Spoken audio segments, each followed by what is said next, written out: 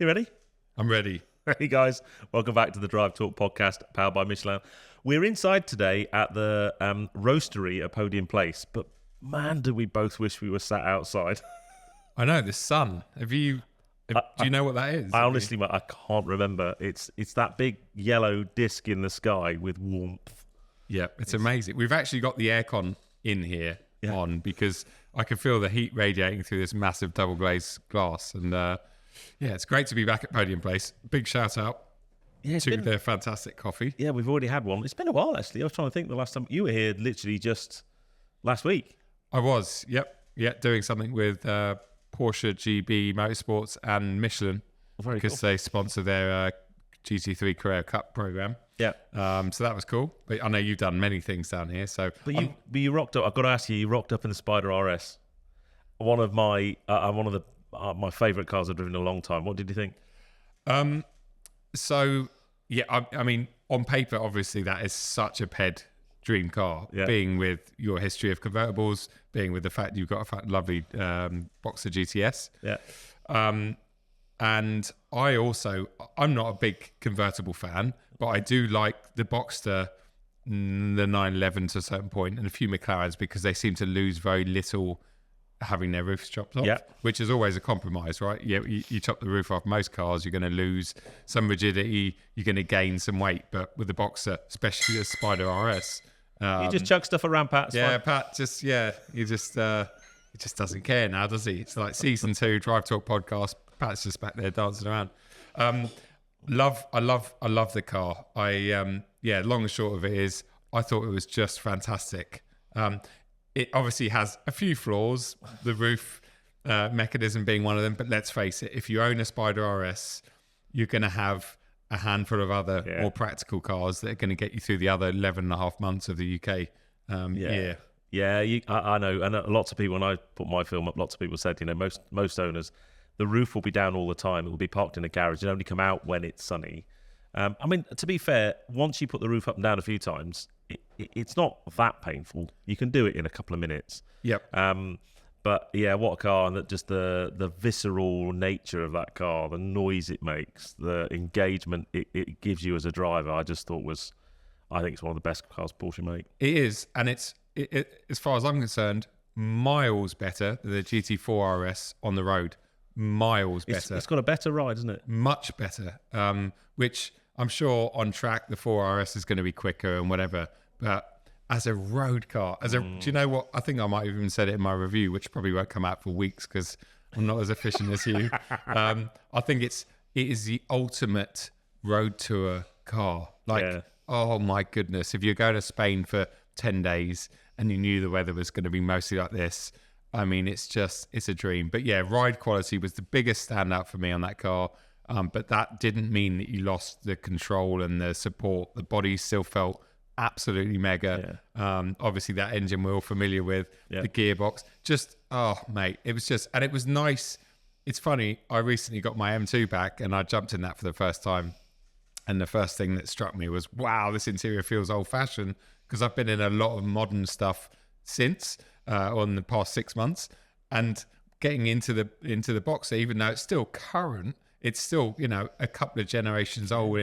But is that a bad thing? Not at all. You get beautiful analog dials in front. Yeah. You get buttons where you want buttons. No heated seat button in that because it's got the carbon buckets. But you don't. Again, you're only really going to take that out in good weather. It's just refreshing, isn't it? It's like everything you need, as you know very well, because that's what you got in your car. Yeah, it's peak interior, proper cup holders, bang on about them all the time. Love that car. And it's just annoying that Porsche have made another brilliant car that none of us can really afford or get allocation of. I think though, I think that just the standard Spider probably delivers 80%, maybe 90% of what that car does. It's only the higher end where, let's face it, a lot of drivers probably wouldn't even tap into that higher end anyway. So if you've got a normal Spider, the roof's it's still a faff, but it's a lot less of a faff. It's so I think that would be where my money went, I think. On the normal one, the normal Spider, the poverty one. Which, to be fair, you couldn't get when they came out. You had to get an allocation of stuff, but you can get one used now. Yes, yeah, and the prices are coming down, which is for me thinking about maybe changing my car. Wow. A 6? What, going to a 6 Yeah. Porsche? Yeah. Whoa. I know. It's a big step, right? Yeah. It's different size interior and everything. But yeah. Oh, well, that's interesting. Yeah. I mean, I love them. It made me appreciate. I haven't driven a Boxer for a while. I don't know. It's a very special one. But I just love the Boxer. I think even in base 718 form, it's still. You still need to drive the 4-pot, mate. I do. You drive my 4-banger, and you'll like it. Yeah, I think we need to do. We haven't done one for ages. Yeah. Now my M2's running. We need to go and do a twin test somewhere. Okay. Sounds like a plan. Yeah, definitely. Sounds like a plan. Yeah. But I've rocked up in my new long-termer today, which I teased on the last podcast, and it's got 6 cylinders. It has. And a V configuration. Yeah. So I'm in a Lotus Emira, and it's one of these really weird things. Normally you drive cars lots on the road, and then every now and again you get to drive one on the track. But with the Lotus Emira, I've only driven it on the track until I picked it up on Monday this week. And how are you finding it? What a car. Yeah. Yeah. It's not without its faults, but as a road car, I think it makes more sense as a road car than it does on track, actually, because it's got. You drove one in Australia, right? The 6-speed manual it takes quite a bit of working into it to understand it, so you don't do a Joe. I was going to say, do you need any tips for that? And I think I've not driven it a great deal. I've had it like 4 days. So yeah, the manual is lovely. The clutch and the just to do things like hill and towing. I think I've got my head around that now. I haven't got my special driving shoes on today, but I noticed you've got your clown shoes on. I mean, how can you possibly take the mickey out of me? What are they? I bet they cost loads of money as well, don't they? Well, they're very. Here we go. He's going to justify them now. No, I'm not. There's some special Nike baseball. No, they're very un-me, Porsche to be honest. Spider RS. When I was out in Vegas a month ago, or whatever it was, probably longer now, 6 weeks ago, I went into one of their many incredible trainer shops. And when I say incredible, I mean, wow. Sorry, sneakers. Sneakers. Yeah. And there was this one shop, I can't remember what it was called, but they had a designated Jordan section. And literally there was a wall the size of Podium Place, like the size of the whole canteen, just with Air Jordans. Yeah. And I was just like, oh. And I thought, I'm here in Vegas. I've got to buy something. So I looked at the T-shirts first, and I was like, oh my goodness, they're expensive. What are the trainers going to be like? And ended up buying a T-shirt, which I still haven't worn, a Jordan T-shirt. And then I saw these. I thought, you know what? I think they weren't astronomical. They're about £130 or 140 quid. Yeah. They're not cheap, but at the same time, I was like, oh, I've got something that memorabilia. And I was there with the wonderful Ebony. An Alpina B3S, lovely. The wonderful Ebony, who is James's Michelin equivalent in Australia. She was over there with a couple of people from Oz. So we kind of went sort of trainer shopping together. Amazing. Yeah. Talking about pointing out the window, because we just had that lovely Alpina go past. Yes. There's a bit of you parked right next to us there. There is, and it looks like it's being properly used, doesn't it? Yeah. A 1250 GS, sorry. Yeah, trophy, so the big one with a big tank. It's a proper travelling spec one. Isn't it about time you got one of them? Well, it's funny you say that. Oh, no.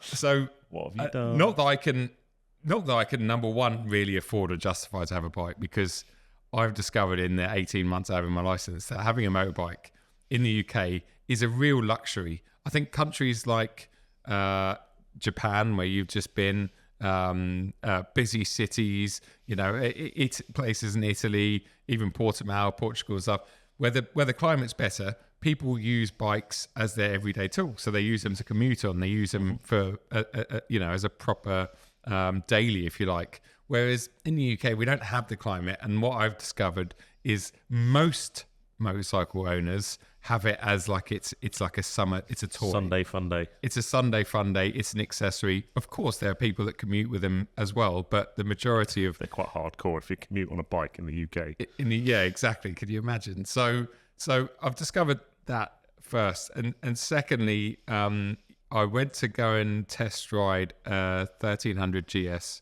for my good mate Andrew. And Absolutely love it. I knew I would because it's the newer, sportier version of that. Yeah.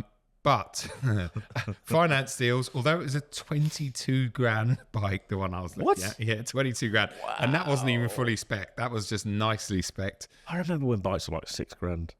I know. A Ducati that was really expensive was maybe 10. Yeah, and that was probably only 10 years ago. Yeah. Like for 22 grand. 22 grand for an adventure bike. And so, but when you because the residuals are quite good, when you break it down, the actual monthlies aren't horrendous. It was working out about 200 quid a month, which I thought, okay, I could justify that. Bear in mind, it's going to be sitting in the garage for 8 months of the year, probably. Taking up a lot of space. But anyway, so I thought, okay, you know what? Let's just be silly. I love bikes. I want to keep going on that game. I'm not like so many other YouTubers have gone and bought a bike and just forgotten about it, or gone and just made a bike video, got into bikes. I don't know who you're thinking of there, mate. Well, there's a couple, but yeah. So I do genuinely love them, and I can't wait to be on them. But anyway, so what was the thing that stopped me doing it? Literally in my steps. Well, when I got home that night, after I'd almost signed on the dotted line that day, I thought I'll just go home and check insurance. And I know we talked a lot about rising car insurance on here. Anyway, do you want to have a little guess as to what Mr. 44, almost 45-year-old Joe Achilles would cost on a motorbike, albeit a 22 grand bike? I live in a nice area. It would be garage, obviously. See, now, because you're not going to be doing gigantic miles and stuff, my gut feel would be it's probably going to be more than I think, but like, I don't know, a grand? Well, I in my head, I was like... Maybe not even that. In my head, I was like, I would pay up to 1,600, maybe 2 grand. Yeah. Well, firstly, I couldn't. It came back with nobody wanted to even insure me, and then I got one that was it was 5,800 and something pounds. Wow. And I was made to feel lucky that I even got that quote. And I mean, it comes down to two things. Number one, bike insurance has gone through the roof, just like car insurance and every insurance. Wow. And number two is I've only had my license for 18 months, and I don't have any no claims as a result because I've only ridden press bikes. So even though I've got a very clean driving license, I've been driving for over 20 years, and that doesn't really count for anything. Wow. So I'm going to have to, bite my lip and just drag it on a bit longer. Maybe in July I'll have my license 2 years. I'll get something a bit cheaper. Yeah. But it's a shame because my dreams have kind of been crushed because I would have just, definitely taken that bike away again this year. And but there you go. So if you're looking at motorbike, I encourage it all the time. I think especially as an older person, go out and learn how to ride one properly at something like BMW Rider Training. But bear in mind that, if you want insurance on anything that's a bit special, a bit tasty, maybe you're going to have to wait a little bit longer unless you got loads of disposable cash. Yeah. Wowzers. Yeah. Blimey. It's quite depressing, really. It is. It is. Well, for you. well, I worked out the month that, so if I'd broken the insurance, and I wouldn't, I would always, because if you break it as a month, you usually get stung with high APR and stuff. But if I'd paid it in one lump sum of 6 odd grand, and I broke it was 500-ish quid a month, which was what 2.5 times the amount I'd be paying for the bike itself to insure it. And when you look at it like that, you're like, and then it becomes and that's not something you're going to use every day. You might use it, I don't know, 2 or 3 times a month. Yeah, exactly, 2 or 3 times a month in the summer months. So if you then work it out, can you imagine doing a use basis on a cost per mile basis? Yeah. Oh boy. And that's why it all comes back down to bikes are, in the majority of cases, a luxury, especially I think for us petrol heads who have got cars. It is a luxury, really is a luxury tool. So Neil, Motorrad, BMW UK, if you're listening, I might be begging you for another long term. Yeah, get Joe a long term, or if there's an insurance company watching that wants to insure Joe. Yes, yeah, exactly. Hey, now question. So I thought this podcast we'd talk. So I've rocked up in a Lotus today, and the other thing that made me think about this as a topic was MG being the central feature at Festival of Speed this year. And then I was on a press trip recently with people from all over the world, and I think the question I got asked most was, what cars do you make in Britain anymore? Or are there any British cars anymore? And it got me thinking about British car brands. Yep. And are they British anymore? Does it really matter who owns them? And what's the future look like for them? Because I guess if we start with Lotus, because I've rocked up in a Lotus. Yep. Clearly, well-known British car brand based in Norfolk, well-known for their lightweight sports cars. They've made some of the most iconic sports cars of the last, I'm not even going to say 50 years, probably a bit more than that now. Yep. They've got some amazing cars. Yep. From Esprits and Elan and Europa. And, Elise. Elise, all of them. And now, their current range, they've got the Emira, which I'm in, which is their only combustion car. Yep. And then everything else is going electric with Electra and their new Maya, which is their new one, that you can't order yet, but they've announced it. And I thought it'd be quite interesting to go through a few brands and have a chat about what you think. Yeah, sure. Because obviously, Lotus is now owned by Geely Group, by Chinese. So what's your thoughts on that? Yeah, I mean, it's... Because we might have to talk about electric a little bit. Yes, Are you feeling okay Obviously, to do that? obviously, we are going to have to. I think British cars, in our lifetime anyway, on the whole, have been a bit of a depressing subject, in my opinion. That they've made some... I think there's some really, which we'll get onto, there's some really cool boutique, let's call them, sports car brands, which have always... Fred in the Shed, which have always been awesome, fun drivers' cars, where they're never out to take on the world, are they? They're never going to be a mass production. I think, and Lotus is an interesting one because, again, they are one of those brands that have always been there. People appreciate Lotus when it's worked. Yeah. Because Lotus does stand for lots of trouble, usually serious. And when they have worked, they're fantastically engineered, brilliant, fun, fast cars. Yeah. But driver involvement, aren't they? They're just great. To drive. I mean, to put this down, I drove it up today. To stick it down a country road, you can feel the lightness straight away. You know, this, especially in today's world where most cars you're driving are, you know, at least getting on for a couple of tons. The bigger ones, maybe more than that.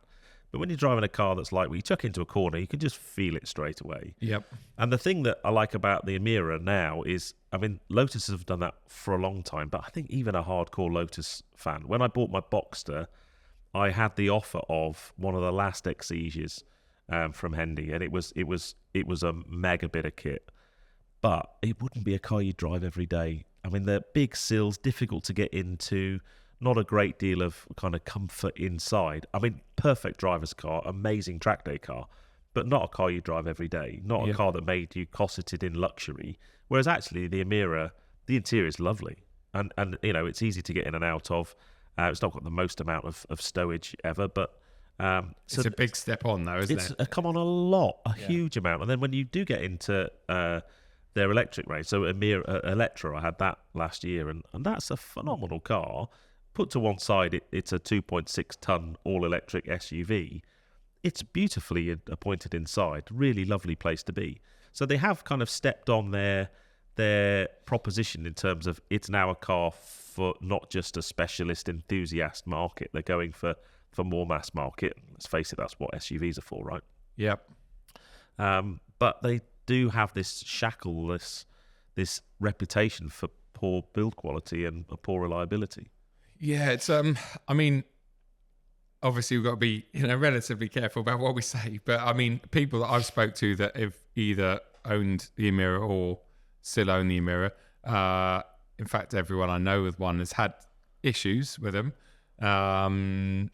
Dealer, you know, it's at the dealer a lot, getting this, that, and everything else replaced. But still, I think they're a lot more reliable than the older ones.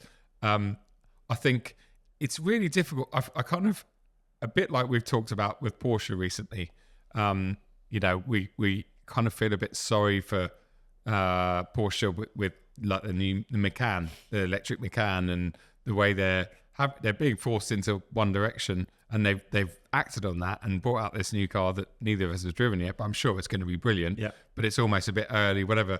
Lotus is reborn with a brilliant product that is now available in two very different guises, I guess, with the 2-litre AMG automatic, suits one of the best looking cars on the planet. Yeah. And I know off camera you said you've been stopped for photos in it and everything. I've never had a car like it. I've only had it a week. Yeah. And Ped's like, oh, right, do you watch the channel? It's like, oh no, we don't know who you are. We just got a picture of the car. No, only joking. But so you got that one hand, and then you've got the other hand is they're having to build, this big, what's it called, Electra is the SUV. Yep. And then they've got a Maya and a Via. I mean, I think it's going to be very difficult for them, because I think in the electric, from what I can see with the way the electric market's going, Tesla, put Tesla aside, Tesla are always going to do well unless they do something fundamentally wrong in the EV world, because they're well ahead of everyone. Yep. Charging infrastructure, we talk about it all the time.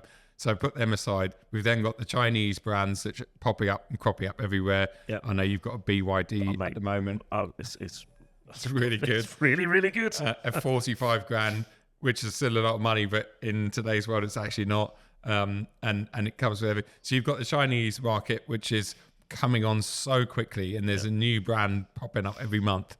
So you've got those guys.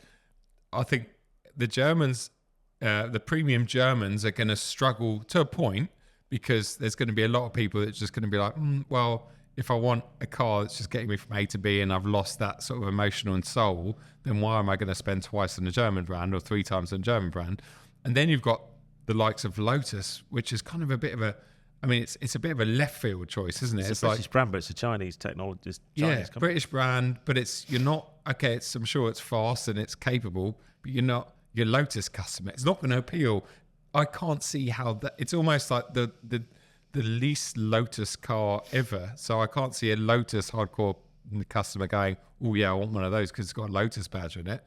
They almost want to go the other way and go, I'm not having that. That's just not Lotus. I mean, I think the problem with Lotus, you might well have this romantic vision of Lotus. Is it Loti? What's the plural of Lotuses? I don't know. Yeah, but when they just had Exige and Elise, they were selling, not that many, like maybe 1,000 cars a year. It wasn't big numbers at all. No. So Amira's been super important for them, and I'm sure the electric ones will be. What about, let's go on to MG then, because we're talking about the Chinese. Your favourite? That probably, of all of them, that's the one that's upset most people. But actually, if you think about MG as a brand, we have this romantic vision of MG BGTs and midgets and stuff. You have that romantic vision. All right, okay, of someone my age, my vintage. My mum used to go on about MGs. And then, so they had those little, the little sports cars from the kind of tail end of the war, and Morris garages back in the day. Yep. And then, I think people forget what happened to the MG brand during the 80s and 90s. With things like, Montego and Maestro, MGs, and MG Metro, and then they did those awful things with the Rover 200 and 400s, the ZTR and whatever they were called. Yep. So it's not like they've got the best reputation for, and then they had the MGF, which looked cool, but just terrible. Yeah, yeah. I'm sorry, any a tiny little thing as well. I mean, they look really nice. Yeah. And at one point, I remember they launched, I thought, that looks a really cool car. And then you drive one, I think, not really. Yeah. So when they were bought out by Chinese investment, and they've used the MG badge, heaven forbid, on all electric cars, and they're kind of, to start with, they didn't really leverage the MG bit of it. They just used it as a brand. But the fact they've now got their new Cyberster, which has a 100th anniversary edition. Because it hasn't even really launched yet, has it? Well, no, but MG's been around 100 years. Yeah. So they're now starting to leverage the heritage of the MG brand, which is really, really upsetting some people. Yeah. So is that still a British brand, or is it just a Chinese brand and they've kind of just stuck an MG badge on it? It's a it? Chinese brand just piggybacking MG, which, I mean, in my own head, it's just a bizarre decision, because there must be other brands out there that are better to piggyback on. But I guess the heritage... the thing, they do actually make some quite good cars. MG4 is a really good car. But do you know what? For my... Okay, so for it's me... electric though, Joe, sorry. No, yeah, it's electric, but, listen... we've talked about that car being very good value, and I've heard that from a few people as well. I think what would stop, and this is me, in my opinion, what would stop me buying what's it called, an MG4? Yeah. What would stop me buying an MG4 if I was in that part of the market and it's a brilliant car for the money, up on life. Yeah. and I'd given up on life and I'd changed my perspective and I genuinely thought they were saving the planet. Wow, this is really out there. Wow. Come on, Joe. Go for it, mate. Go for it. What would make me, what would prevent me from buying one is the fact that it's got an MG badge on it. So I know that sounds ridiculous, but I just, in my head, it's such a, in my lifetime anyway, it's been such a rubbish brand that I just couldn't. I don't care if you tell me it was the best thing in the world. It's like it's got an MG badge on it. So I really struggle to understand why you would almost brag or use that. Why not just start like BYD? Just start something completely new, from the ground up. That's my take on it, and I guess that sums up a lot of the British car history. It'd be like putting a Leyland badge on it or something, like. Yeah. So yeah. Anyway, that's. I'm sure there's going to be people attacking me in the comments, and that's just me being honest. Okay, so that's MG. I knew this was going to be a great subject. Now we're going to go to Gaydon, and we're going to chat Aston Martin. Yep. Okay, so Aston Martin, iconic British car brand. Amazing AMGs. And, if you think about some of the cars that Aston have made, you go back to your DB5 for James Bond, or for me, I love some of the stuff they did in the 70s. They're probably terrible cars, but big Vantages and all that. Yeah. They just look wicked. Yep. And then they got acquired by Ford, I think, to start with, didn't they? And that was in the realms of like DB9, probably. I'm not the most DB7. Yes, that's right. Yeah. So straight away, it's now and 9 part of Ford, so it's not British car brand anymore. Yeah. And now it's owned by an American billionaire. Yes. And a few other people. It was Ford, and then they had a strange partnership with Volvo, and I don't know if that was just parts, but there was something going on there. Oh yeah, because they got their sat-nav. I mean, let's partner with really good sat-nav maker. Volvo. And put Volvo sat-nav in a Vantage. Yeah. So, yeah, I mean, Aston, it's a difficult one, isn't it? There was a really nice, what was that out there? That was a DBX Superleggera. DBX. DBS Superleggera. Yeah. Superleggera, yeah. With terrible tyre writing on it. Yes, yeah. That's, I like the car, but I would say no more. Yeah. While we're on that, actually, I don't think we did a big shout out, but our headline sponsor, just in case you might have missed. I don't know whether people would have spotted that, do you think? Well, I don't know. Are we sponsored by Michelin? I think so, yeah. But big shout out, as always, to Michelin. So I think Aston's I always look at and I admire, and I don't know, there's like you said, from the 70s, 80s, they're just cool. That they make great noises. Oh, it's another adventure bike. KTM, that's very cool. That's really cool. Nice helmet as well. Wait a second. No, it's not. That looks a bit like Baron's helmet, but it's not. That would be bizarre. So Aston's, they look cool. They sound cool. They've got that James Bond thing, which I think's always done them favours over the years. I've always thought, you turn up to, let's say, I don't know, Café de Paris in Monaco or something, or Hotel de Paris rather. I think turning up in a Ferrari anywhere, I'd feel like a bit of a turning up in a Porsche to a place like that, it's just like a Volkswagen Golf. But turning up in an Aston to a place like that, or you're going to Buckingham Palace to get your OBE, or just somewhere, you turn up in an Aston and it's just cool. And I'm never, that doesn't change to me. That's about as cool as, but then it's would I ever own one? Would I ever part with my hard-earned cash, or would I at the last minute go, no, I'm going to go buy a 911, or I'm going to go and buy well, these days you can compare the prices to Ferrari and whatever. Yeah. And I think that's always been, especially very recently with how much is a new Vantage? 150 upwards or something, 160? Well, the new one, they're considering it's the entry level car, they're like 140 or 50. They're a lot of money. Yeah. I mean, they're apparent by all accounts. I've not driven the new Vantage. The old one was good enough. Yep. But yeah, I know what you mean. They are. So there's something very special about it. I mean, mutual friend Andrew from Farncombe. He had a V8 Vantage manual. Yep. The the first shape. Sure. The previous one. Like 2007 or something. Yeah. And then he's just gone V12 Vantage S, and I'm so jealous. It's so nice. Yep. It's like China grey, ceramics, brakes, beautiful spec. Yep. I think it was like 80 grand. See, that appeals That's to me. a lot of car. It's a lot of car. It's got a decat as well. It sounds amazing. It's a lot of car, a lot of engine, and I think they're all styled brilliantly. They all look fantastic. I'm not a fan of DBX. I think that's got panel gaps that definitely rival Tesla, and I think it's overpriced. But anyway, people say it's good. So, but the sports cars, I think they're all styled really well. That's one of my favourite Astons of all time. I think it's one of the best looking cars ever made. Yeah, that Vantage was just beautiful. There's not an ugly angle to it. No, and the V12's got like vents in the bonnet, it's a got few the little louvers, tells. yeah. That's very cool. And I think the infotainment inside's a bit shocking. Yeah. I mean, but you can get a CarPlay upgrade and stuff now, so it makes it a little bit more livable with. Yeah. Even though you and Becky did refer to it as a Fisher-Price roller skate in the last episode. Listen, Tim's one is Tim's GT8 is a bit like that. Yeah, I think I've GTA or a GT12. Have you driven a GT12? No, never. Mate. No, that looks amazing. Awesome. I'm sure. Listen, I've seen some other spec GT8s, and look, obviously Tim's a good friend of all of ours, and we've had him on the pod. He was one of the first people, which was great, and I hopefully get him back again. Yeah. I don't know after all these comments. I don't know. If you keep going, depends what you're about to say.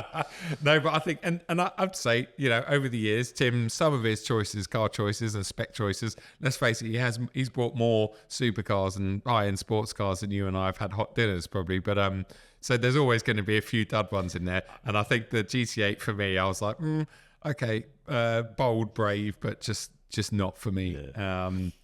So here's the thing, though. So with this all-electric future, whether we agree with it or not, the one thing you can't deny is that it's there at the moment, and that's the way we're going. And the policymakers have made it so. Yeah. Where does that leave Aston? Because at the moment they don't have an electric. The only, I guess, unless you go Valkyrie, which is hybrid. Yeah. Here's your £3 million hybrid. Yeah. I really worry for Aston Martin for the longevity of them as a brand. I think at the moment they're sticking with V12 and V8 cars, and that's the way they're going. But I do, for a brand that is, we've just waxed lyrical about them for 5 minutes, and most of that was about the amazing sound and the amazing looks of the car. Well, if you take the sound away, for me, an Aston Martin, there's like 80% of the car is what noise it makes. And if it's an electric platform, it ain't going to make that noise. And that, I really do worry for them. Again, it's a similar problem to what we just talked about, Lotus. Why'd you buy Lotus? Because it's lightweight and it's a driver-focused car. So then you've got this big whale that's turned up.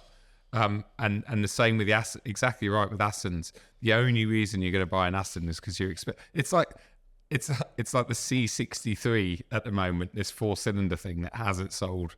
Don't believe Mercedes if they say that. 4-cylinder. I like 4-cylinder. Yeah. Well, yes, yeah. But at least Porsche have got a bit of a 4-cylinder heritage. I think. Yeah. But I think it's like the minute you strip that V8 away, and that's still combustion engine, obviously going to 4-cylinder hybrid. Nobody was interested, and I think it's going to be hard. But let's face it, Aston don't sell that many cars anyway. That's probably why they're getting away with it, to be honest, because they're such low volume. But yeah, and I think it's going to be interesting. I do. Obviously, Aston.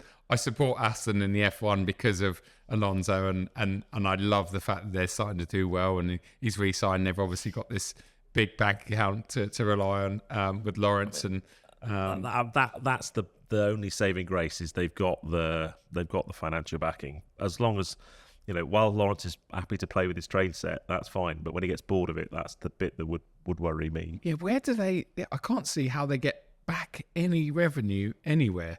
I don't think he really cares. He's got that much money. Yeah, I suppose. Yeah, it's all talking about. I'm segueing now. So we've done MG and Lotus and Aston. Yeah. So if we're talking about F1, we've got to have a chat about McLaren. Yes. So McLaren. Yep. I mean, well, British car brand, although they started by a Kiwi, but always been based in the UK, based in Woking, now owned by the Bahrainis. Yep. So again, it's another brand that if you look at the parent company or where the money's coming from, it's not UK based. for me, I don't think I make any secret of it. I absolutely love McLaren cars. Some of the best cars I've ever driven have been McLaren. Yep. If I won the lottery tomorrow and I had enough money to buy a supercar, it would be a McLaren. Yep. And without even thinking about it, they are also a company that's plagued with the whole reliability thing. Although I was going to say something when you were talking about the Lotus thing.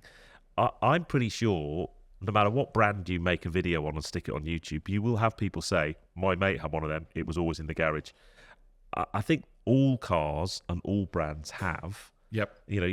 Someone never goes, I had one of those, ran for 6 years, never a problem. No, it's only the bad news that problems. comes out. So yeah, I'm pretty sure there are plenty of Lotus owners or McLaren owners. I've got a mate of mine who's got a 675 LT. And he's never had a problem with it, and he knows plenty of people in the owners group and never had a problem with it. So he's always wanted to defend them as a business, but they do have an issue with perception, I think. And I think my worry for McLaren is with Artura. Have you driven Artura? I haven't. No. What a car! I mean, if you compare it with the 296 GTB Ferrari, which because they're both like V8 hybrid drivetrain. Yep. The Ferrari's like 100 grand or so more expensive. Artura is an amazing car. Yeah. But they've had so many problems with it. Well, yes. I think McLaren have got the like the Monday or Friday car problem. Like I also know some owners that love them. I think Tim's 675. Tim's had a lot of issues with some of his cars and keeps some of it harsh and some. But his 675, I think, has been very, very reliable. You've spent time in that. Spent a lot of time in it. They're great, aren't they? Great, and I think that's one of the best cars they ever built. Looks-wise, performance-wise, just fantastic, timeless. But I know categorically because I've seen it on tours.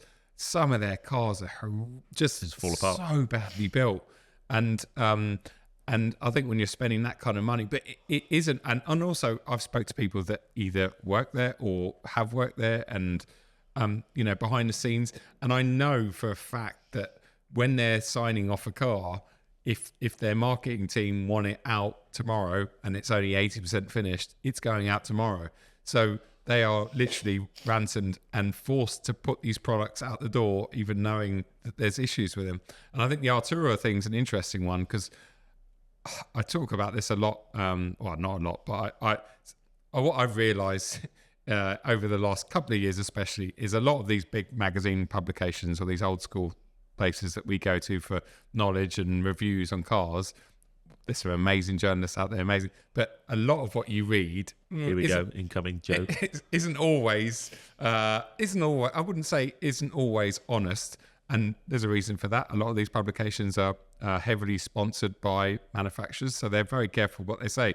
But I know, and I'm not going to throw any names under the bus because I'd never do that, but I remember the Artura. So when they originally were going to launch that car, they had a massive press launch. I think it was in Spain somewhere. Oh, was that when lots of them caught fire? Yeah, they all went up in flames. And so that original, and this was years ago, they had to end up cancelling and quashing that. And then I think it then took over a year until they had another one. They still had some problems on that. But those journos, obviously, they were probably all underwritten, whatever. But that's never talked about. And customer cars were pushed out just after that. And I'm sure a lot of them have had to come back. And I think that, in a nutshell, is McLaren's biggest problem. Is it's really hard for someone like McLaren to be kind of, let's say, reborn with the 12C MP4 12C, I think it was originally. Against the big giants like Ferrari, Porsche and stuff. And from day one, they have produced amazing sports cars, but they have had quality issues. And I think they're chasing too many models. They pushed out too much stuff. They've also upset, I think, a lot of collectors or people that are loyal to the brand, because you go out and you buy your 12C and then next week there's a 650 and then there's a 675 and you're just like, well, wait a second. My car that was a limited edition is now worth nothing. And they went through big discount years, didn't they? Finance. You could buy a 600 LT for 600 quid a month a couple of years ago with a hefty deposit. But still, it's like it kind of undervalued the brand. It got sales up, but it was a fake. It was kind of like fake economy. It's a real challenge because I know they used to went through a problem where they're just making loads of cars, and you go and buy a new McLaren, and it would have been sat in a car park somewhere for 12 months before it got delivered. And then when Artura came along, they said, we're not going to do that anymore. We'll only make cars to order, and we'll get rid of that. And I get frustrated to see, because their cars are so good. I drove the 750S recently. What a car! I mean, seriously, just an exceptionally good car. Yeah. And I know it's an evolution of 720S, which was a good car anyway. But they are amazing cars, and if they could get it right, if they could get everything right, then the world is their oyster, really. But it's just that, and now it's whether it's right or not, it's that perception thing. And they're an expensive purchase, but God, do they make good cars? And I wish all the best for McLaren, because they're one of my favourite car brands. They make some of my favourite cars. Yep. But that frustrates me, and hopefully with the investment from new ownership and all that kind of stuff. Yeah. It's not like they haven't got a will to make it better. But yeah, we'll see. I think they're a good, out of all the British brands we're probably going to speak about today. I think I would love to have something like a 600 LT or whatever. 600 I think, LT, yeah, they're just Spider. Fantastic. I think they're, like you said, they're brilliant products. They've been plagued with reliability issues and a few pushing out the door before they're ready issues. But again, it's going to be difficult for them with the future. Which way are they going to go? And just touching on where we started with McLaren, the F1 team's going in the right direction. Yeah. They've got two brilliant drivers. Yeah. I think Oscar Lando, we know is a future world champion. And Oscar's the first driver that's been put against Lando in a while. That's just literally awesome. He's there all the time. Yeah. So I think the F1 side of things is going well. So yeah, I wish McLaren well, and I really, let's see what the future is with them. And even though they're owned by someone else, they're not British owned. They are still built down the road in Woking. Yeah. Exactly. And I'd still class them as very British. Yeah. Kiwi. Okay, brand. So next brand built down the road from me. Rolls-Royce. Oh, of course, yes. Perhaps the most. Literally down the most. It's literally down. It's like 5 miles away. I mean, talk about iconic British car brand. Yep. Rolls-Royce. Yep. German. Yes. Yeah. But for me, this is a really interesting one, because I think actually German ownership has made Rolls-Royce the company they are today. Yeah. Yep. And that's everything from the manufacturing design process.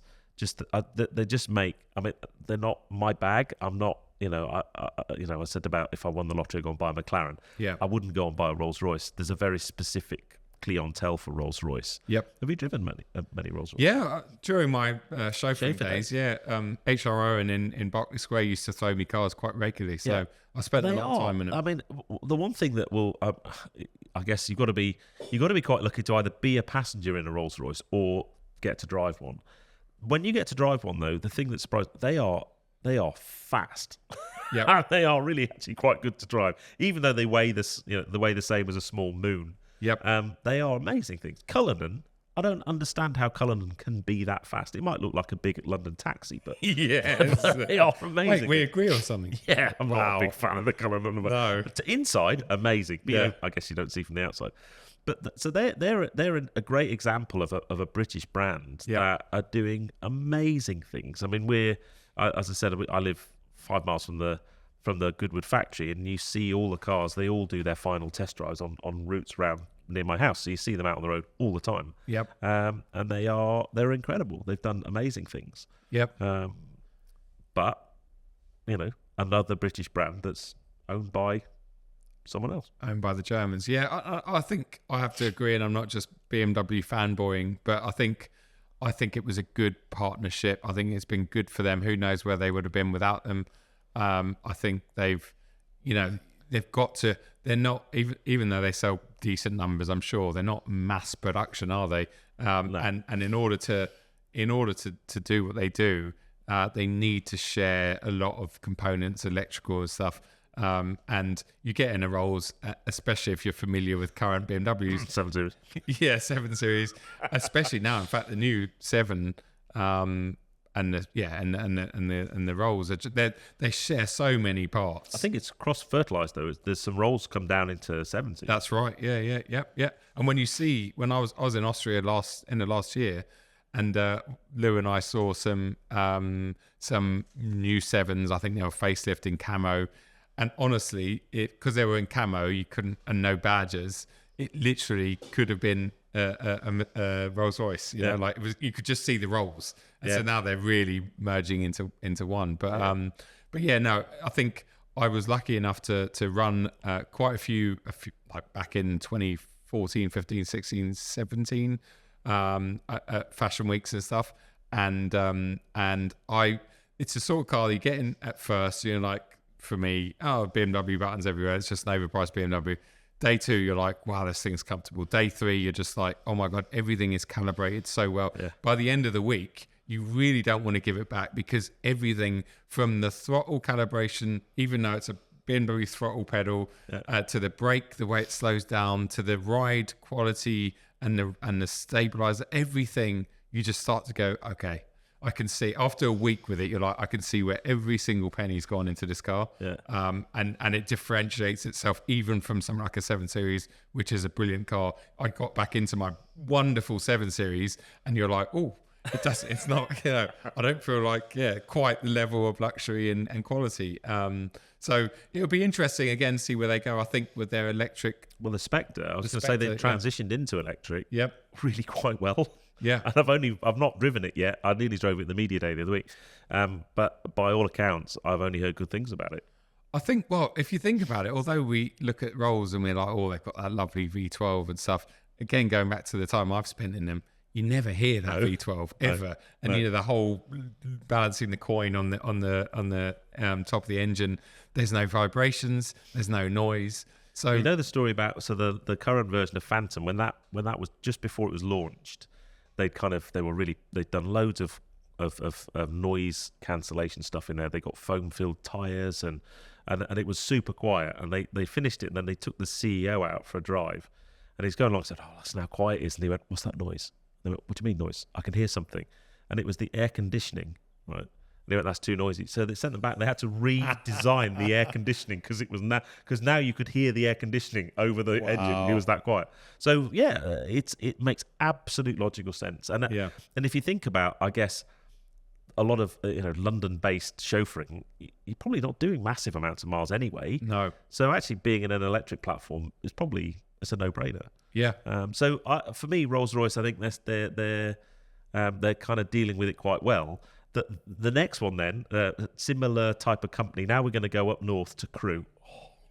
Oh, that's a bit nice. Yeah, Aero 4 GTS coming. So we're going to go to Crewe now. Yep. Okay. Bentley. Yes. So Bentleys aren't my thing either. Yep. Just going to back that there and just leave it. Isn't it? 992 Carrera 4 GTS. Is that very nice? Crayon, I reckon, isn't it? Yeah, crayon, centre lock wheels. Yeah, very nice. Yeah. I'm really bunged up at the moment, by the way, so apologies for that. I was going to ask you about your health. I've got it. Yeah. I feel bad now because you kept asking me about my health. I've been ill for 4 weeks, but don't worry, Joe. No, you'll be all right. You don't have to. Don't have fine. to. So Bentley's.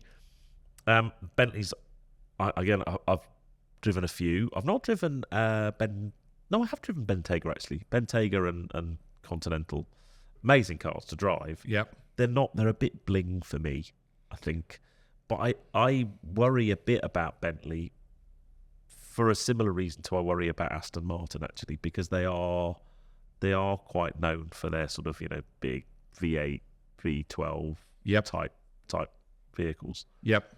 But they do really, really well in China, and that's that market. That's where a lot of that the big 4x4, the Michelin does really well there. Bentayga does really well there. They can't make Bentaygas fast enough. No. And that's the thing, isn't it? Like, it's all very well sitting here in the UK talking about what we see, but there are markets like China, Middle East, America, these huge markets which make, like, really they don't care too much about. They do. That's not fair. But as in, you've got to prioritise the big markets because that's where the money's made. Yeah. yeah, Bentley's. I don't know. I can always Again, foreign owned. foreign owned. I can appreciate a Bentley, and I know. Yeah, they're tied in with Audi, aren't they? They're part of the Volkswagen. Yeah. Audi, Yeah. part of them. But I can appreciate Bentleys. I haven't driven. Unfortunately, my Instagram account is far too organic to get invited to any Bentley UK drives. They seem to just invite frauds along. So I haven't driven any of their current stuff. But I can appreciate it. But I like the V8 Bentayga because it's essentially the RS6 engine. Yeah. And I love seeing them. The more current Bentayga, I think the early ones were quite ugly at the time, and now when you see them, they're like, it's like the original Conti GT. Although the Conti GT now, you can pick up like half decent ones for 20 odd grand or something. Yeah. But you'd need that a year just to put fuel in it.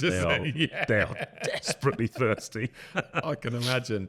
But a Bentley's it's going to be interesting to watch Bentley. I think they do make interesting cars, but I'm with you. None of them really shout out to me. None of them massively appeal to me, but I can appreciate what they are. And I think a Bentayga, we know it's on a good platform that's shared with the Cayenne and the Audi, whatever they call it these days. I mean, Audi change their naming every week. But yeah, it's a good car. It's going to be an interesting company, but I think you're right. They're going to struggle more than the likes of Rolls-Royce to electrify everything. And it's going to be interesting to see which direction they go. How they manage it. One thing I would say, I'm a bit of a fan of doing factory tours of car plants. I love going around car factories. The Bentley one is it's highly recommended. Yep. The craftsmanship and the level of skill and quality and stuff is amazing. So they do make amazing vehicles. But yeah, I don't know. I do worry a bit for them going forward. Yeah. I reckon we go to Luton next. Luton. Wait, don't tell me. 1 second. I should know this. Luton. So Luton. Evolve Automotive. Shout out to Imran and Bilal. No, I don't. Voxel. Oh, of course. Yes. Yeah. Luton Airport, basically. Luton. Yeah, Luton. Okay, then now you're showing your age. Yeah. Old Lorraine Kelly. Yeah. Not Lorraine Kelly. Luton Airport. What was her name? Lorraine Chase. That went straight over my head. Yeah, that'll definitely be too old for you. Yeah. Sorry. Yeah. So Vauxhall, and the reason I mention these guys is because I had a Vauxhall long term up until Monday this week. Yep. So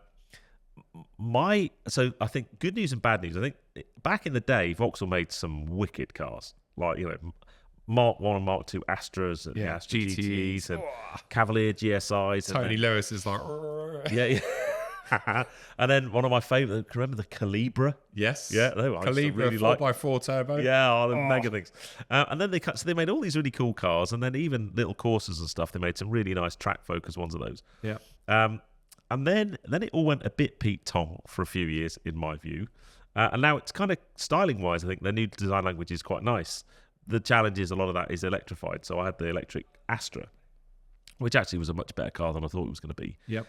My worry for Vauxhall, bearing in mind the whole premise of this chat is who owns the company. Vauxhall are now part of the Stellantis group. Yep. And my worry is, and I mentioned this in the video I did on my kind of long term, is when you sit in a Vauxhall now, if you covered up the badge on the steering wheel, you'd be hard pushed to tell what you were sat in, because the switchgear is exactly the same as the Peugeot I had the week before. Right. So I know that these brands, I think having a parent company is one thing, especially if they've got money. Yeah. But when you have a parent group, you were just talking about Bentley sharing platforms with Audi and Porsche, or we're talking about Rolls-Royce sharing platform with BMW. That can be positive. Yep. And positive, we talked about how that did good things for Rolls-Royce. The downside is you can lose some of that brand identity if you're not careful. Yep. Because everything looks the same. And I think there's a problem with a lot of car manufacturers. They're just making, cookie cutter cars that all look the bloody same now anyway. Yeah. But I just think you're losing some of that individuality. And for me, that's where Vauxhall are at the moment, is the interiors are nice. There's nothing wrong with them. But there's nothing Vauxhall about them. There's nothing special about them. You mean everything works? Well, it did work, to be fair. Yeah. No, but it's you're right. Because Rolls-Royce, BMW are like, up here. Rolls-Royce are up the top. They are super luxury, one of the best car brands in the world, if not the. And the same with Bentley. That somehow still fits into the massive Volkswagen group. Yeah. You've got, even with cars like Lamborghini, there's still Bentley's, that luxury sort of premium, comfortable, handmade interior. Yeah. That still fits in there. But as you say, with a Vauxhall, and then there's going to be a Peugeot, what would it be? I don't know, 20, 30 something. That's going to be exactly the same interior, exactly the same price, just a different badge, as you say, with slightly different styling. So then you're like, and they both got electric motor. They both feel the same to drive. And it's like... I mean, I did have some comments. A few people said, you're only seeing that because you jump in and out of so many cars, you get to see them all, and then you therefore spot these things. Yeah. So, if you only went to test drive a Vauxhall, you wouldn't know. But then you jump in something like, I don't know, the new Renault 5 or the new Mini, and you sit and go, this is a different interior. It's funny, Kia has just driven past, so that Kia's just gone past. Kia and Hyundai have the same problem for me, because they have the same infotainment system. So there's lots of overlap, and I understand why brands do it because of its economies of scale, and it helps them bring the price of cars down. Not that you'd spot that from the sticker price on most cars these days. Yeah. But yeah, so Vauxhall's an interesting one. I think there's some positive stuff. I think their cars look better than they have done for a long time. But I just think they need to be managing that Stellantis thing. Now, I'm conscious of time. The last bit of car that the car makers I think we should talk about are Freds in sheds. Yes. Because we're really good at that here in the UK. We are. Whether that's, I guess we could start with someone like Caterham. We'll run through them quickly. RSQ3 just gone past, very nice. Caterham.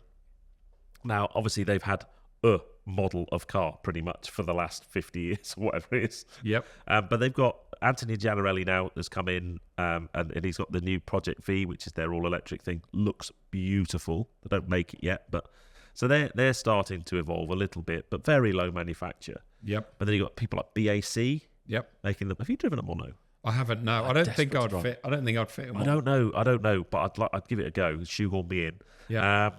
And then Ariel. Yeah, Ariel. Yeah, and Morgan as well. Morgan. Yeah. Sure. Oh, God, forgot. Yeah. Talk about a car maker that's been around a long time. Yeah.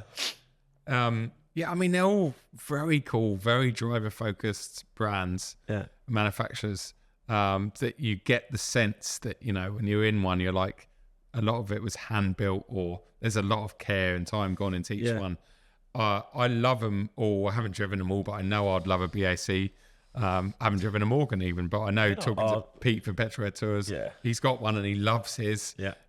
In fact, they run BMW engines in, I think, a couple of them. Well, they do. Yeah. In fact, the plus, Pete's got a plus 6, I think. I think so. Yeah, it's B58, but it's the only problem with that is it comes with the flappy paddle gearbox. Oh yes. And you're like that. When I drove it, I'm like, no, in my head, I'm in a Morgan. I want to change it. I want 3 pedals and a gear select. I don't want to be flappy paddling. Yeah.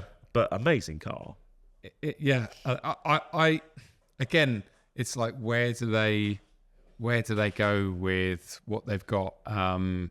They're kind of like a smaller scale to Lotus. They haven't, it's like they could just choose to build a big SUV electric car, but that's just not. It's just not. But it's weird though. Why are we so good at doing it though? Because they're all, I mean, I guess if they weren't any good, they probably wouldn't make it past the development stage. But you drive an Ariel Atom or an Ariel Nomad. They are both unreal things to drive. They're just so much fun to drive. I haven't driven a BAC mono, but I can imagine it's epic. Yep. Morgan's, I forgot totally about Morgan. Beautiful things to drive. What about Westfield? Where Westfield? They've gone bust. Oh, they've gone, have they? Okay. Yeah. They were British. They were British, yeah. They were another. They gone bust. I did some work with them with Vintage Voltage 3 years ago, and they had big plans. They were doing some stuff with like semi-autonomous vehicles on the side to try and earn the money to keep the road car business going. Okay. But they just had problems with not paying bills and cash flow and stuff. I suppose they were always in the shadow of Caterham as well, in my opinion. You'd see 10 Caterhams for every 1 or 2 Westfields. They were quite. When you mentioned the word Caterham at the Westfield factory to the guy who owns Westfield, and they were quite defensive. they said their cars were better because there's other MK sports cars. I think they do the similar thing. Yeah. That 7 style Robin sports cars, they do the same thing. But Yeah. Caterham is still always going to be for me. Having owned one, they're just I know Becky took the piss out of me for owning one. But Yeah. they are great cars. You struggle to fit one though. Yeah, that's Caterham. I think the foot. Well, my knees hit the top of the sort of where the top of the car is because I've got really long legs. Oh no, I've got short legs. Yeah. Anyway, It's just a massive body and the weight. I mean, you double the weight of a Caterham instantly. yes, yeah. And then the last one we should mention, TVR. Oh, TVR. Oh, wow. What Is that Blackpool, wasn't it? I think when they TVR Blackpool.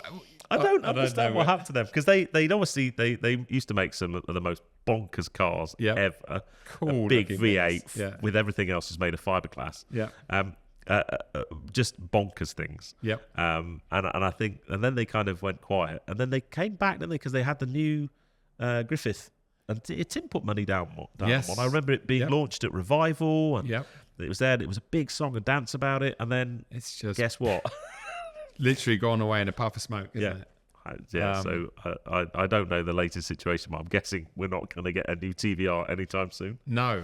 And see, TVR would have been, going back to MG, I know MG used to make more sort of passenger-based cars and not just sports cars. Yeah. But, I mean, that would have been, to me, TVR still has a cool ring about it. Yeah. We know they were slightly unreliable. They were, a bit left field, but really Griffith. cool. I mean, come on. They were just like, because they didn't have any. I wouldn't want to, have a knock-in one because basically the bodywork is one piece of fiberglass. It's going to be really expensive to fix it. Yeah. But yeah, No Griffith, traction. Obviously, no traction control back then. They And then weighed had- less than a was it ton. Cigaris, I was quite fancied. That looked great, wicked didn't with it? the exhaust that stick out sideways. Again, Pete Petroretto, although I think he might have sold it when he got his Morgan, he had a Chimera. Chimera, yeah. I think the 5 litre one. And I followed him back once when I had the Porsche GB GC3 press car. Yeah. And we'd been out somewhere filming something.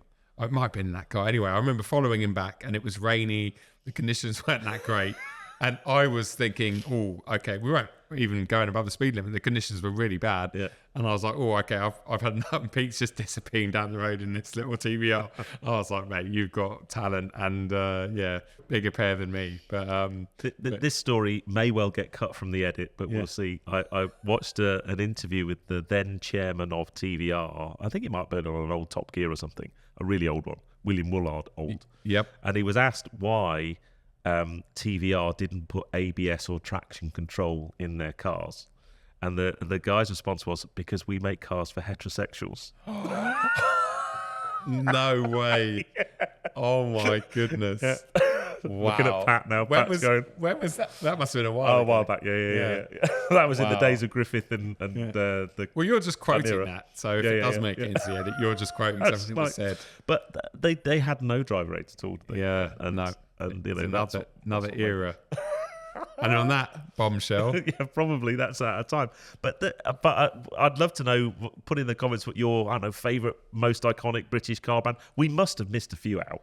probably have. Probably. I mean, I went through. I gave it a good old think and tried to come up with as many as we could. Mini. Mini. Well, yeah. Oh, That's a Mini guy. I can't believe I missed Mini out. Oh, yeah, they're German now. But then they're still built in Oxford, aren't they? They are Mostly. still built in Oxford. Oh no! I can't believe I missed Mini out. Goodness. Oh no! Maybe we'll have to have another episode talking about Mini. It'd be cool to do a podcast on the Mini factory one day. But yeah, definitely. but no. On a serious note, put in the comments below what your from favourite Mini, British car apart from- brand is yeah. apart from Mini. And don't forget to. I should have asked you this right at the beginning to make sure you subscribe. Follow us on Facebook. Give us a rating. Do all of those Instagram, things. we're almost at 2,000 Instagram followers. So Cool. yeah. That's half of what your Black Lab has. Less than half now. She's at 4.3 or something. Yeah. Oh, mate, and big up yourself on your 1.1 million views on a reel. Yeah. that you did. And guess what? It was a really interesting reel. It wasn't one of you being a lifestyle vlogger. Yeah. I tell you what, over 1 million views, and it's gained me like, I don't know, 500 followers. Sorry, no, 2.5 grand, 2,500 followers or something. Yeah, amazing. Good for you. Yeah. Good for you. Anyway, I'm going to go and blow my nose and let's go get a coffee, shall we? Yes, mate. Yeah. See you on the next one.